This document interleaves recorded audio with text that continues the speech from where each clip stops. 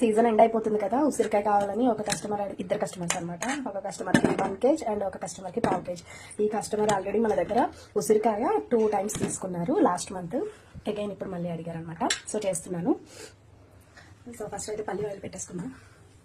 చాలా ఫ్రెష్గా ఉన్నాయి ఉసిరికాయలు. చాలా వెతికి తీసుకొచ్చాము.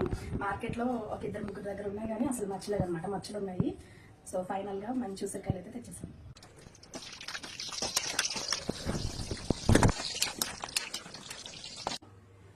ఉసిరికాయ పిక్లు అయితే రెడీ అయిపోయింది.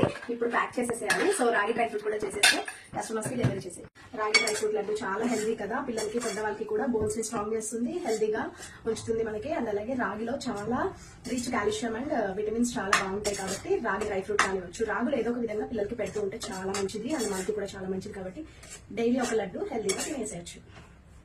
రాగి డ్రై ఫ్రూట్ లో మనము డ్రై ఫ్రూట్స్ క్వాంటిటీ ఎక్కువ వేస్తాం కదా, సో బాగా మిక్స్ చేసుకోవాలన్నమాట. ఎందుకంటే డ్రై ఫ్రూట్స్ పౌడర్ బాగా కలవాలి, అప్పుడే టేస్ట్ అనేది వస్తుంది. పిల్లలకి కూడా తింటుంటే చాలా లైక్ చేస్తారనమాట.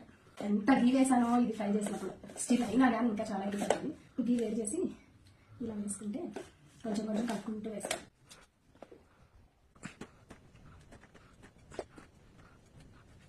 సో ఇవాళ ఆర్డర్స్ అన్ని ప్యాక్ చేసేసానండి.